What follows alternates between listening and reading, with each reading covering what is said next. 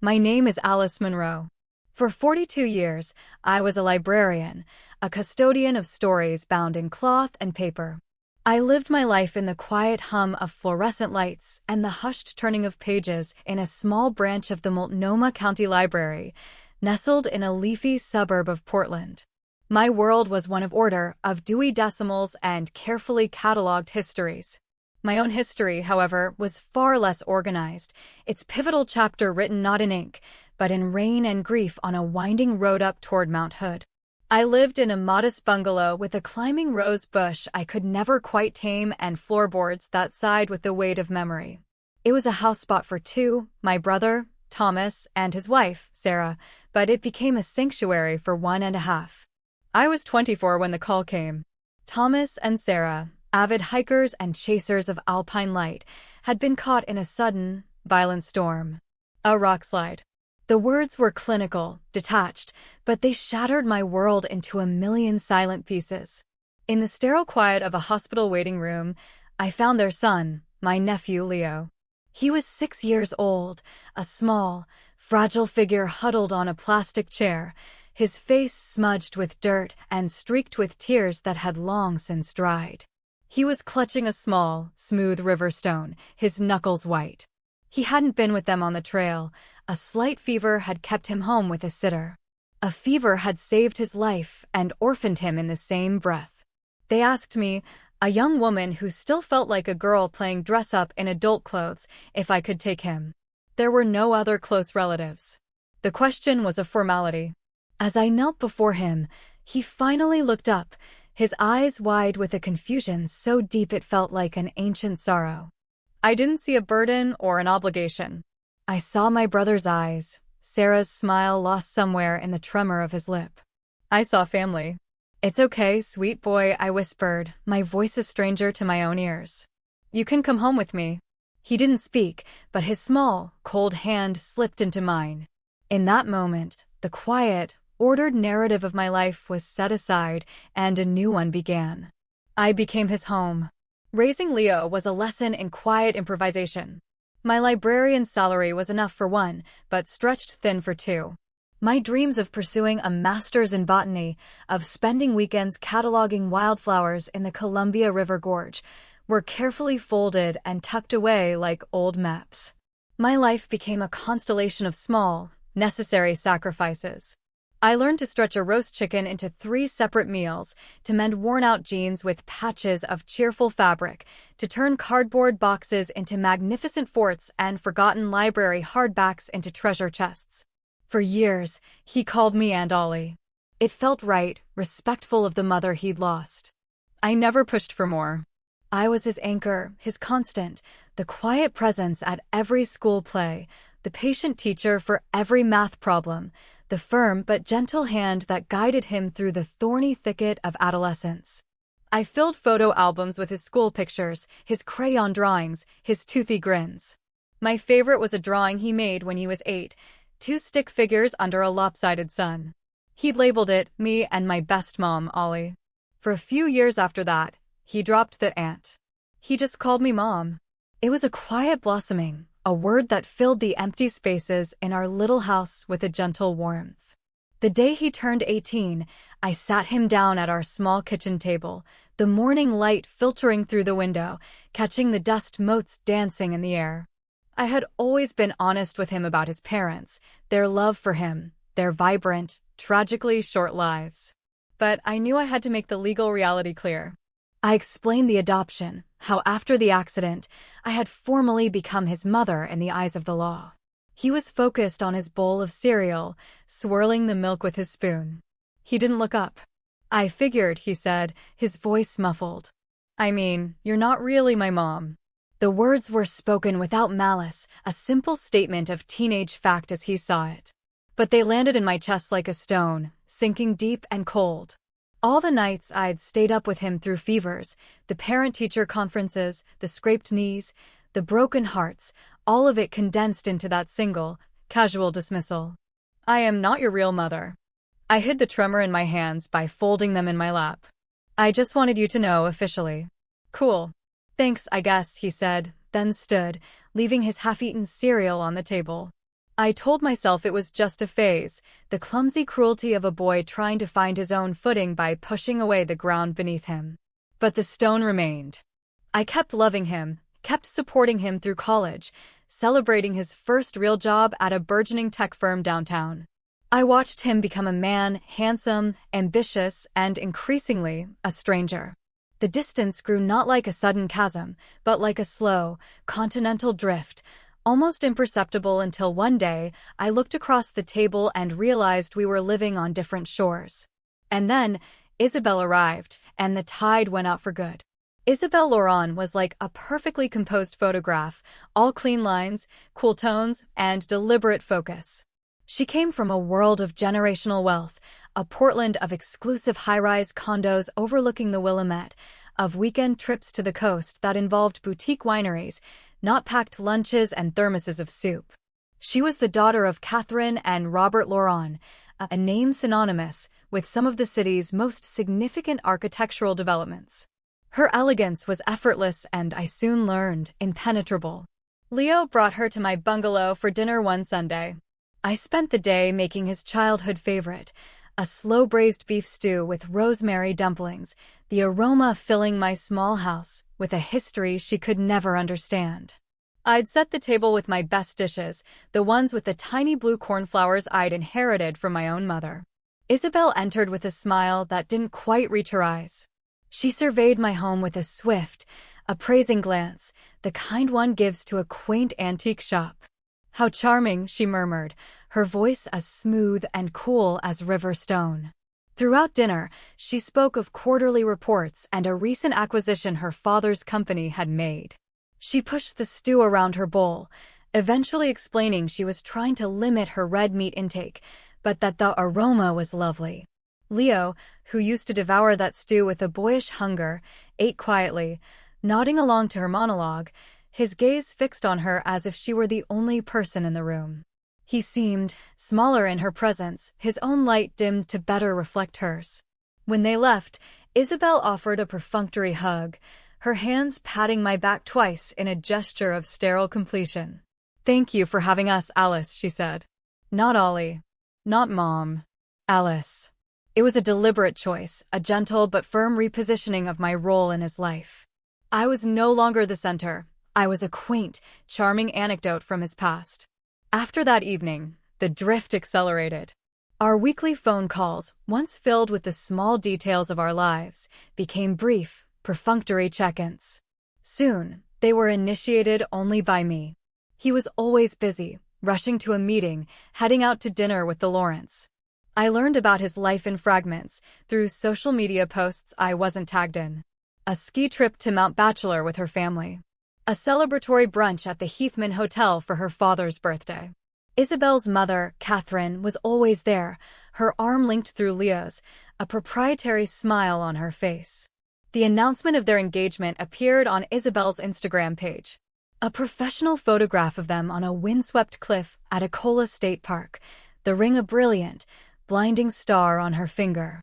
The caption was effusive, thanking her wonderful parents for their unwavering support and her friends for their love. Leo was tagged. I was not. I left a simple comment, "Congratulations. So much love to you both." It floated in the digital ether, unacknowledged.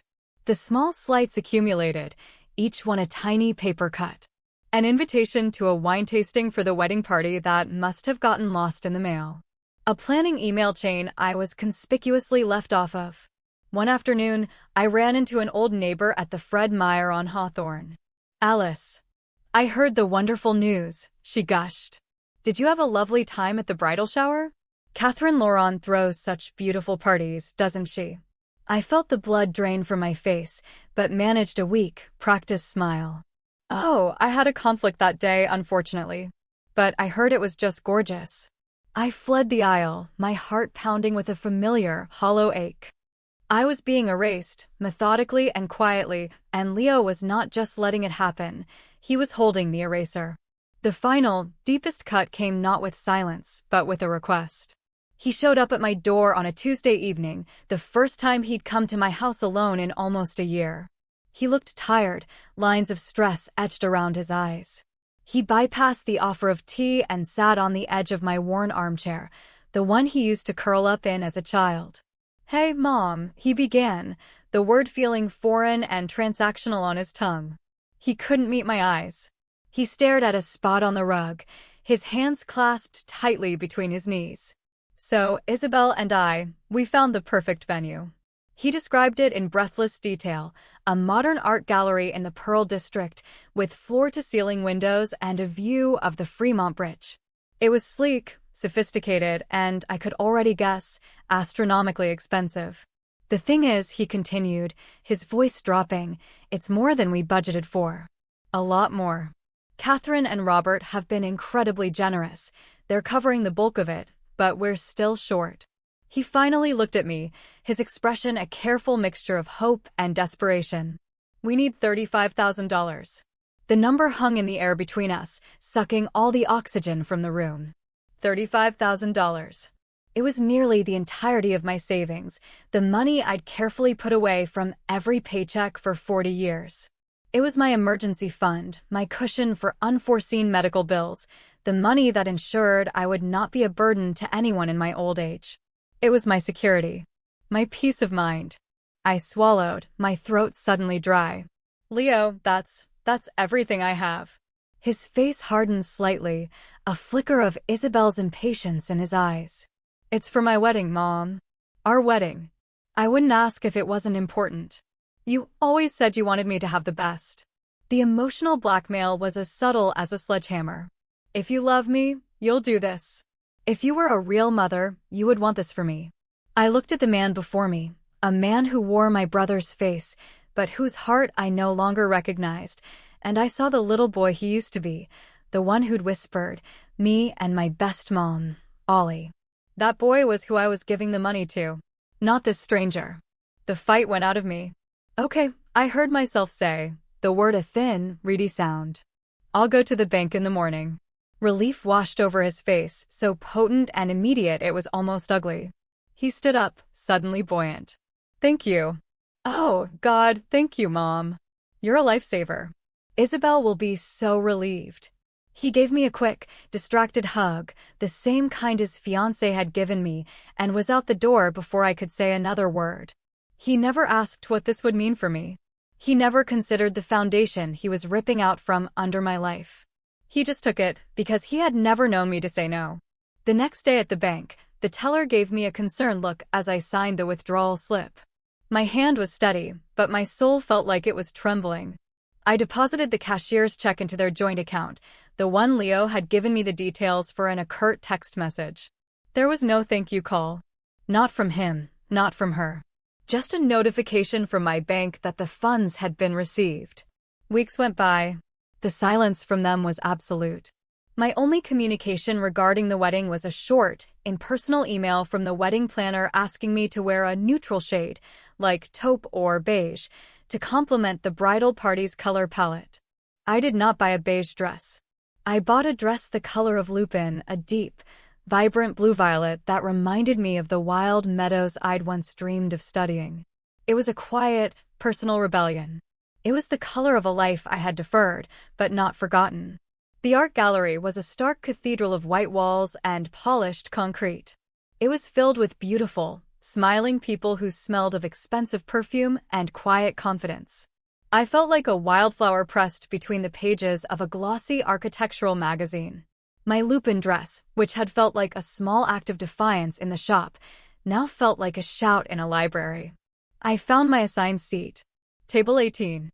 Tucked in a corner near the catering staff's entrance, behind a large, abstract sculpture that mostly obscured my view of the head table.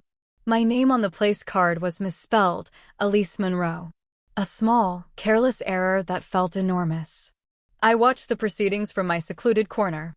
The ceremony was breathtakingly beautiful, a masterpiece of modern elegance. Isabel was radiant in a dress that was a marvel of minimalist design. Leo looked handsome and nervous, his eyes fixed on his bride. During the vows, he spoke of finding his other half, his true family. I felt a familiar, dull ache in my chest. At the reception, the toasts began. Robert Laurent gave a hearty, booming speech. Catherine followed, her voice thick with practiced emotion as she spoke of her daughter's brilliance and welcomed Leo into their family as the son she always knew was out there for Isabel. The room applauded warmly. Then Leo stood, tapping his glass for attention. The room fell silent. He looked out at the sea of faces, his own face glowing with happiness. My heart gave a pathetic little flutter of hope. Perhaps now. Perhaps he would remember. I just want to take a moment, he began, his voice clear and steady, to thank someone who has been an absolute rock through all of this. Someone whose love and support have meant the world to me as I've become part of this amazing family. He paused, and for a split second, his eyes seemed to scan the room in my direction. My breath caught in my throat. He turned his gaze fully to the head table, his smile widening as he looked directly at Catherine. "My real mother," he said, the words echoing in the cavernous space. "Catherine, thank you. Thank you for welcoming me with open arms, for showing me what a strong, loving family looks like. I am so lucky to have you. I love you." The applause was instantaneous and deafening. Chairs scraped as people turned to beam at Catherine, who placed a hand over her heart and dabbed at a perfectly dry eye. Isabel kissed Leo's cheek, her smile triumphant. A few people shot brief, pitying glances my way before turning back to the celebration. I did not move. My hands remained folded in my lap over the fine linen napkin. A small, polite smile was fixed on my face, a mask I had perfected over a lifetime of quiet disappointments. But behind the mask, something deep inside me didn't just break, it turned to dust. The quiet, unassuming bungalow of my heart, the one I had so carefully tended for him, was condemned and demolished in a single sentence. I stared at the flickering candle on my table, its small flame wavering in the draft from the nearby service door, and I had a single, crystal-clear thought: so this is what it feels like to be erased. I watched him take Isabel in his arms for their first dance, swaying to a song I didn't recognize. He was lost in her, in the shimmering world she had given him, a world paid for, in part, by the ghost at table 18. And in that moment, I understood. This wasn't a mistake. This wasn't a slip of the tongue. This was a choice. This was the man my son had become. And the most painful truth of all was that I had allowed it. I had loved him so completely that I had forgotten to love myself. I had given him everything, including, it seemed, my own existence. I waited until the cake was cut. Then, without a word to anyone, I slipped out the service entrance, my Lupin dress a splash of defiant color in the dark alleyway. The cool night air felt like a balm on my burning cheeks. I didn't look back. There was nothing left to see. I drove home in a strange, preternatural calm. The streets of Portland, usually so familiar, felt like a foreign country. My bungalow, when I stepped inside, was no longer a sanctuary. It was a museum of a life that was no longer mine, filled with artifacts of a love that had become unrequited. The armchair where he'd asked for the money. The kitchen table where he'd told me I wasn't his real mother. The hallway lined with photos of a smiling boy who no longer existed. I didn't cry. The time for tears was over. Instead, I walked to the back of my bedroom closet, pulled aside a stack of old blankets, and knelt on the floor. My fingers found the loose floorboard, the one my father had shown me when I was just a girl. "Ollie," he'd said, his voice a low, gentle rumble, "the world is loud and unpredictable. The smartest thing you can be is quiet and prepared." Beneath the board was a small, fireproof safe. I hadn't opened it in years, but I knew the combination by heart. Inside, nestled in velvet lining, was not a trove of jewels, but something far more valuable: my father's legacy. He had been a quiet man, a postal worker who read the financial pages as diligently as he read novels. He never bought flashy cars or expensive clothes. Instead, he invested. He bought small parcels of land on the then undeveloped Oregon coast. He invested in blue-chip stocks with a patient, long-term vision. He believed, as he often told me, that the loudest wealth is usually the most fragile. When he passed, he left it all to me, his only child, with strict instructions. "Live your life, Ollie. Don't let this own you. Let it be your secret, your safety net. Never let anyone make you feel small or dependent." For decades, I had honored his wish. I'd lived my simple life, reinvesting the dividends, paying the property taxes on the coastal lots that were now worth a small fortune, and watching the portfolio grow, managed by the same discreet financial advisor my father had used. I had never touched a penny of it, not even when raising Leo was at its most difficult. It was my father's gift, a symbol of his quiet, steadfast love, and I had guarded it fiercely. I pulled out the most recent statements. I spread them out on my bed, the numbers glowing under the lamplight. The coastal properties, the stock portfolio, the bonds. I did a rough calculation in my head, my librarian's mind finding comfort in the solid, unambiguous figures. It was just over $850,000. A slow, deep breath filled my lungs. I was not the poor, beige, invisible woman they saw. I was not the woman who had to empty her life savings for a wedding she was barely invited to. I had honored my father's wisdom by being quiet. Now, I would honor his love by being prepared. The next morning, I did not go to the library. I called in sick for the first time in a decade. Instead, I called my father's lawyer, Mr. Fletcher, a man as quiet and dependable as his former client. "Alice," he said, his voice warm. "It's been a while. Is everything all right?" "Everything is about to be, Arthur," I replied, a new firmness in my voice. "I need to make some changes to my will. And I'd like to set up a foundation." In his mahogany-paneled office downtown, I laid out my plan. It was clear, concise, and absolute. I instructed him to remove Leo Monroe as the sole beneficiary of my estate. Every penny, every stock, every deed to the coastal land. All of it. "And the foundation?" he asked, peering at me over his spectacles. "I want to call it the Sarah and Thomas Monroe Literacy Fund," I said, my voice steady. "It will provide grants to underfunded libraries and literacy programs for at-risk children throughout Oregon. For children who need a safe place to find their own story." Mr. Fletcher didn't ask why. He simply nodded, a look of profound respect in his eyes. "I think your father would be very, very proud of that, Alice." As I signed the documents, my hand was as steady as it had been at the bank, but this time, it was not an act of surrender. It was an act of reclamation. I walked out of his office and into the bright Portland sunshine. For the first time in a very long time, I felt not like a supporting character in someone else's story, but the author of my own. My first act as author was to find a new place to live. A place with a view. 2 weeks later, I moved into a condominium in the South Waterfront District, a sleek glass tower that pierced the sky. My real estate agent, a sharp, kind woman, had found me a corner unit on the 20th floor. The walls were a gallery of light, with floor-to-ceiling windows that offered a panoramic vista of the Willamette River, Mount Hood standing like a silent, snow-capped sentinel in the distance. I filled the space not with memories of the past, but with promises for the future. I bought a deep, comfortable sofa in a shade of rich emerald green.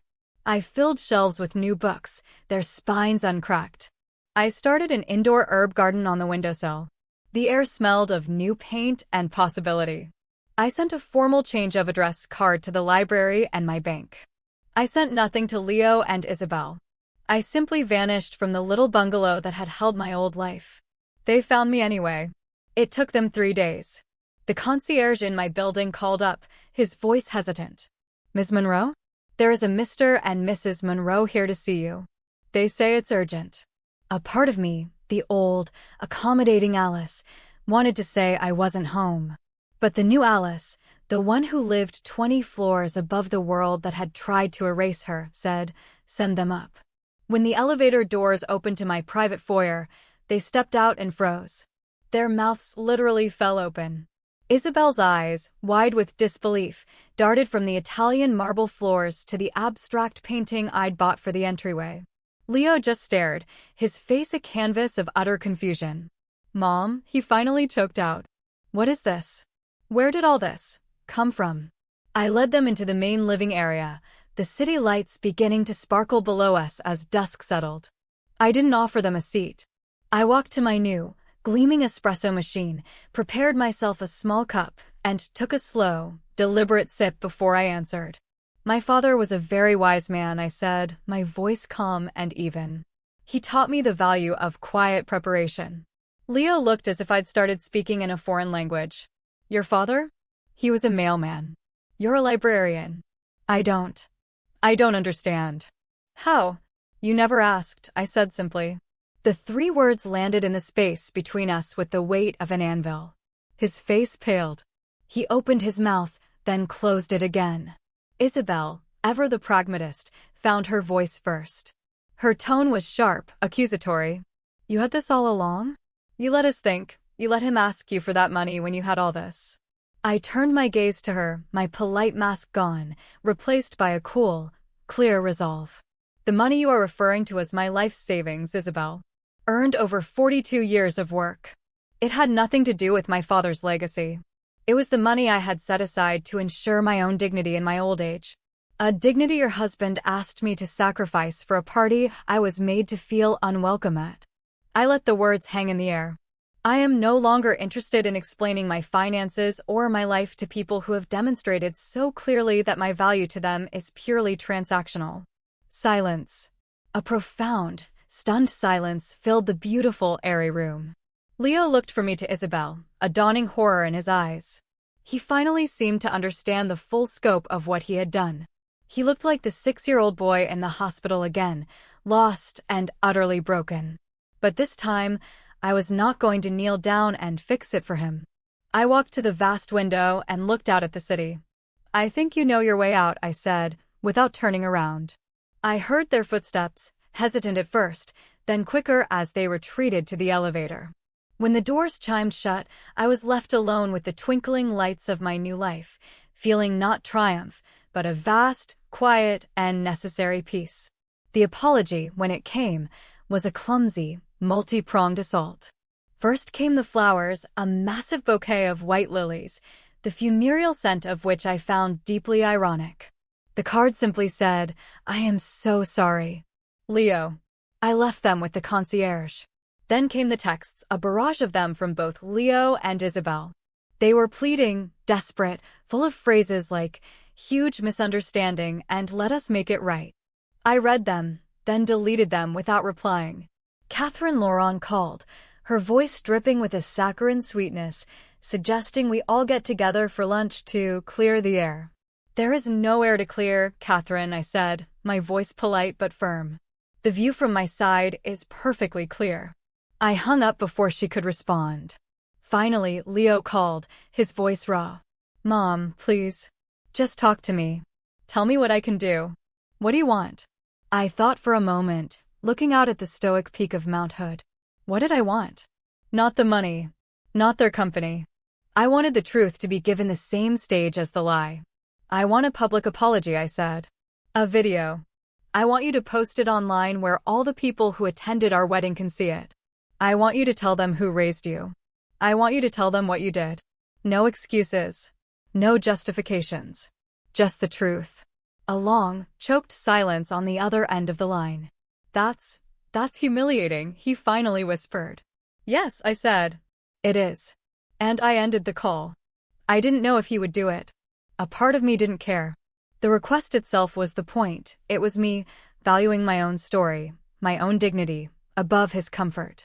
A week later, the video appeared on Isabel's social media page, the same one that had announced their engagement. Leo was sitting in a stark, minimalist office, his expensive suit looking too big for him. He looked pale and exhausted. There was no script. He just looked into the camera and began to speak. He talked about me. About Aunt Ollie, who became his mom. He talked about the cardboard forts and the bedtime stories and the unwavering presence that had been the sole constant in his life. He admitted, his voice cracking, that he had taken that constant for granted, that he had allowed himself to be blinded by a world of wealth and polish, and in doing so, had tried to erase the woman who had built his own. He spoke of the wedding, of his cruel, unforgivable words. My mother, he said, looking directly into the lens, his eyes filled with tears, is Alice Munro. She is the only mother I have ever truly known. And I failed her. I don't expect her forgiveness, but I owe her and everyone who witnessed my betrayal the truth. The comments section exploded. I watched the video once, sitting in the dark of my new living room, the city lights a silent audience. I felt no surge of victory, no vindictive pleasure. I just felt space. A clean, quiet space where a deep wound used to be. The story had been set right. The next morning, I began to pack. My time in the glass tower had been a necessary chrysalis, a place to transform. But it wasn't my home. My home was somewhere quieter, greener. I had put a deposit on a small cottage on Bainbridge Island, a short ferry ride from Seattle. It had a garden, a view of the water, and was surrounded by towering fir trees. It was a place for a botanist, amateur or otherwise, to finally put down roots. The day before the movers were scheduled to arrive, a single, handwritten letter arrived. The envelope was addressed to Mom. Inside were several pages, filled with Leo's familiar, slanted script. It wasn't an apology this time, not in the same way. It was a torrent of memories. He wrote about the time I'd built him a makeshift tent in the living room when he had the chickenpox. He wrote about the taste of the rosemary dumplings. He wrote about the day he got his college acceptance letter and how I'd cried, telling him how proud his father would have been. He wrote that he didn't know how to fix the chasm between us, but that he was finally beginning to understand its depth. He was starting therapy. He was trying to figure out how he had become a person who could cause such pain to the one person who had only ever given him love. I read the letter twice. Then I walked to my new dresser, a beautiful piece of reclaimed wood, and opened a drawer I had designated for the few keepsakes I'd brought with me. Inside was the crayon drawing of the two stick figures under the lopsided sun. Me and my best mom, Ollie. I carefully placed Leo's letter beside it. I wasn't saving it as a promise of reconciliation, but as an artifact of a finished story. It was a part of my history, but it no longer defined my future. I didn't hate my son. I didn't wish him ill. I simply wished, for the first time, to live a life that was not predicated on waiting for him to see me. As I taped the last box shut, a box labeled Gardening Books, I looked out the window one last time at Mount Hood. It was a beautiful view. But I knew, with a certainty that felt like coming home, that the view from my own small garden would be even better. Finally, I was moving toward a landscape of my own making.